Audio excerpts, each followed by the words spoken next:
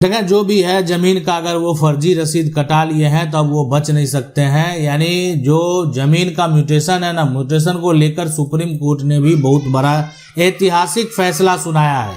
लेकिन आज आप इस बात को समझ लें कि अगर कोई भी व्यक्ति जमीन का फर्जी रसीद कटा लेता है, कोई भी जमीन का टुकड़ा है और अगर उसका फर्जी रसीद कोई कटा लिया तो ऐसे केस में आखिरकार उसके साथ आपको क्या करना होगा। एक तो फर्जी रसीद कटा लिया, दूसरा जमीन पर अवैध तरीके से जबरन जो है वो कब्जा कर लिया। ये जमीन मालिक है, ये कब्जाधारी हैं, इनके पास जमीन का फर्जी रसीद है। और फर्जी रसीद इसलिए बोलते हैं कि इनके पास टाइटल साबित करने के लिए कोई भी कागजात नहीं है, ना तो जमीन का खतियान है और ना ही जमीन का कोई केवाला है। तो कोई दस्तावेज अगर नहीं है तो किस आधार पर ये जमीन का रसीद कटाए हैं, यानी इनका जो लगान आज कट रहा है वो किस आधार पर कट रहा है। तो इसलिए आखिरकार ऐसे कंडीशन में, ऐसा सिचुएशन अगर होता है ना, क्या करना चाहिए। जमीन का फर्जी रसीद अगर कटा लिया, आप क्या करेंगे। जमीन का मालिक जो है वो क्या करेगा। देखें फर्जी रसीद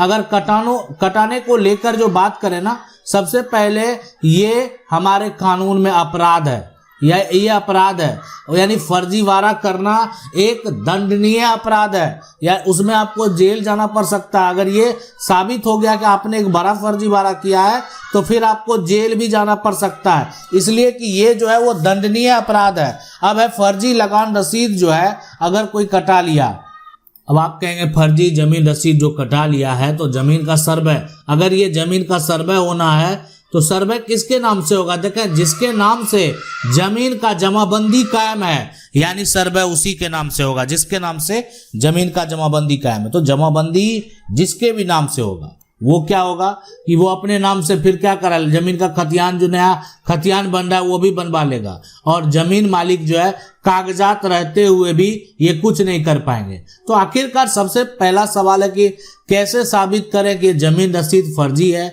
और फर्जी जमीन रसीद को हम रद्द कैसे करवाएंगे। ठीक है, सुप्रीम कोर्ट का फैसला है, सुप्रीम कोर्ट का बड़ा ऐतिहासिक फैसला है, लेकिन अगर आपके साथ ऐसा होता है तो आप कैसे जो है ये रद्द करवाएंगे। देखें सबसे पहला जो आपको काम करना है ना, फर्जी जमीन रसीद जो है यानी धोखाधड़ी जालसाजी, तो ये जो हो गया तो आप सबसे पहले राजस्व विभाग में जांच करवा लें। राजस्व जो विभाग है, विभाग की जांच आपको करा लेना है। अब राजस्व विभाग में जांच क्या कराना है, जो राजस्व अधिकारी हैं, राजस्व अधिकारी, और साथ में अगर बात करें कि राजस्व जो है ये कर्मचारी, राजस्व यहाँ पर कर्मचारी, ये इन सभी से आप ये जांच कर लेंगे कि आखिरकार इस जमीन का, इनके पास जो जमीन है इसका ये दाखिल खारिज कब कराए, इनका दाखिल खारिज कब हुआ। और ये दाखिल खारिज अब है कि जाकर देख रहे हैं रजिस्टर में तो इनका दाखिल खारिज तो देखें नहीं हुआ है, दाखिल खारिज नहीं हुआ, लेकिन इनका जमाबंदी जो है उनका रजिस्टर तैयार हो गया। दाखिल खारिज नहीं हुआ, आप कहेंगे तो कैसे हो गया। तो देखें दाखिल खारिज जो प्रक्रिया ये है कि जमीन मालिक का जहां पर जो है जमीन दर्ज है वहां से जमीन को माइनस करना, और जो व्यक्ति दाखिल खारिज करवा रहा है उसमें जमीन जाकर जो है प्लस कर देना। लेकिन ऐसा कुछ नहीं हुआ है, इनका जमीन जो है इनके नाम से वो प्लॉट का नंबर जो कि जिनके जमीन मालिक ये हैं, ये इनके नाम पर इनके जमीन के रसीद पर आ गया तो ये जमीन को कब्जा कर लिए, या ये जमीन जिनके नाम पर आता है वो बेच लिया। इनको लगा मेरा जमीन का रसीद कट रहा है, वर्चस्व वाले लोग थे, ये सीधे साधे लोग थे, कुछ नहीं कर पाए और ये जमीन पर जाकर जबरन कब्जा कर लिए। तो क्या कब्जा कर लिए, जमीन का रसीद भी कट रहा है, तो क्या जमीन हाथ से चला जाएगा। ऐसे सिचुएशन, ऐसे कंडीशन में जो जमीन का मालिक है उनको सबसे पहले, यानी सबसे पहला काम उनको क्या करना पता है, यानी उस जमीन रसीद को जो कि गलत तरीके से कटा है उस जमीन रसीद को रद्द करवाना है, उस जमीन रसीद को यहाँ पर कैंसिल करवाना है। तो आखिर ये कैसे रद्द करवाएंगे, कैसे कैंसिल करवाएंगे। तो इसके लिए देखें जो आपका जमीन का रसीद कटा लिया उसके ऊपर करना है केस फाइल, और वो भी म्यूटेशन कैंसिलेशन का केस, दाखिल खारिज कैंसिलेशन का केस। तो ये जो केस आप करेंगे म्यूटेशन कैंसिलेशन का कैसे करेंगे। तो म्यूटेशन कैंसिलेशन का जो केस होगा इसमें अगर देखा जाए तो होगा क्या, अब केस जो होगा वो यानी कलेक्टर के पास होगा और म्यूटेशन कैंसिलेशन का केस होगा। तो जैसे ही कब्जाधारी को नोटिस जाएगा कि आपके ऊपर ये केस फाइल है, म्यूटेशन आप कैसे कराए, जमीन जो है आपके पास है, जमीन का आखिर जो म्यूटेशन आपने करवाया कैसे करवाया। तो म्यूटेशन कैंसिलेशन का केस में आखिरकार क्या होता है कि अगर कोई व्यक्ति जमीन का जो दाखिल खारिज करवा लिया है तो दाखिल खारिज करवाने के लिए उनके पास रीजन होना चाहिए। जैसे जमीन का केवाला, ये रीजन होना चाहिए कि उनके पास जमीन का खतियान होना चाहिए, ये रीजन होना चाहिए कि उनके पास जमीन का जो है कोई गिफ्ट डीड होना चाहिए।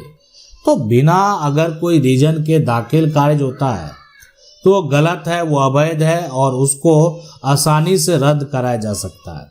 तो इसलिए जो है अगर कोई ऐसा किया है और आपकी ज़मीन को जबरन कब्जा, पहले अगर आप जो है उसका म्यूटेशन अगर कैंसिल करा देंगे तब तो उसके पास कोई चारा नहीं है, उसको भी लगेगा कब ये ज़मीन तो हम कब्जा करके, कब्जा तो छोड़ना ही पड़ेगा, यानी कब्जा करके भी कोई फ़ायदा नहीं है कि अगर जो है वो तो पहले अपने आप को मालिक बता रहा था। कब्जादारी जो है ये वर्चस्व के साथ जो है इनकी ज़मीन को कब्जा कर लिया और ज़मीन का मालिक अपने आप को बता रहा था, जबकि इनकी ज़मीन नहीं है।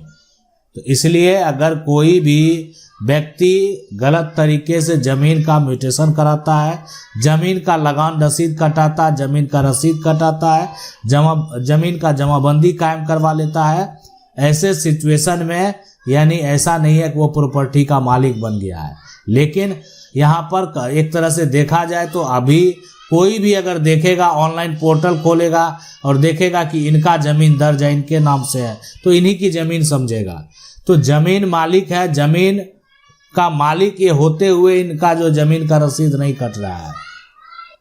अब बात करेंगे सुप्रीम कोर्ट के जजमेंट की। देखें सुप्रीम कोर्ट का जजमेंट का जो है यहाँ पर सुप्रीम कोर्ट ने अपने एक फैसले में यह कह दिया कि कोई भी ज़मीन का टुकड़ा है, अगर कोई भी व्यक्ति ज़मीन का दाखिल खारिज करा लेता है तो दाखिल खारिज से कोई भी व्यक्ति ज़मीन का मालिक नहीं बन सकता। यानी म्यूटेशन जो है वो ज़मीन का टाइटल नहीं साबित करता। ज़मीन का टाइटल साबित करने के लिए ज़मीन का केवाला होना चाहिए, ज़मीन का टाइटल साबित करने के लिए ज़मीन का खतियान होना चाहिए, ज़मीन का टाइटल साबित करने के लिए ज़मीन का वसीयत होना चाहिए। तो बिना ऐसे दस्तावेज के अगर कोई भी ये कहता है कि हम ज़मीन के मालिक हैं तो कानूनी तौर पर उसको कोई मान्यता नहीं है। मतलब ज़मीन का म्यूटेशन अगर करा लेंगे ना तो इसका मतलब ये नहीं कि म्यूटेशन करा कर आप मालिक बन गए। आप म्यूटेशन कैसे कराए, किस आधार पर कराए, ज़मीन का हो सकता है कि खतियान से बंटवारा करने के बाद लोग पंचनामा कराकर अलग अलग म्यूटेशन कराते हैं, तो ये रजिस्टर है। अब इस पंचनामा के आधार पर अगर सबका म्यूटेशन अलग अलग हुआ है तो वो एक तरह लीगल है कि खतियान का बंटवारा हुआ, बंटवारा में जितने हिस्सेदार थे सभी ने अपने नाम पर म्यूटेशन कराया। लेकिन कल को अगर किसी एक को आपत्ति है तो ये पंचनामा पर ऑब्जेक्शन भी लगता है। तो इसीलिए कोई भी व्यक्ति सिर्फ दाखिल खारिज के आधार पर प्रॉपर्टी का मालिक नहीं बन सकता है।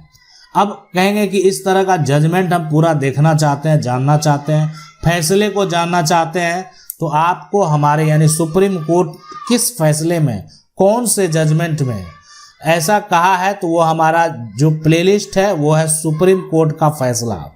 सुप्रीम कोर्ट का फैसला प्लेलिस्ट में जाएंगे, उस प्लेलिस्ट में सुप्रीम कोर्ट का फैसला में आपको ये जजमेंट मिलेगा, कहाँ का फैसला है और आखिर सुप्रीम कोर्ट ने ऐसा फैसला क्यों दिया, विवाद क्या हुआ, पूरी कहानी, केस नंबर और साथ में जजमेंट के साथ पूरा जजमेंट भी आपको मिलेगा।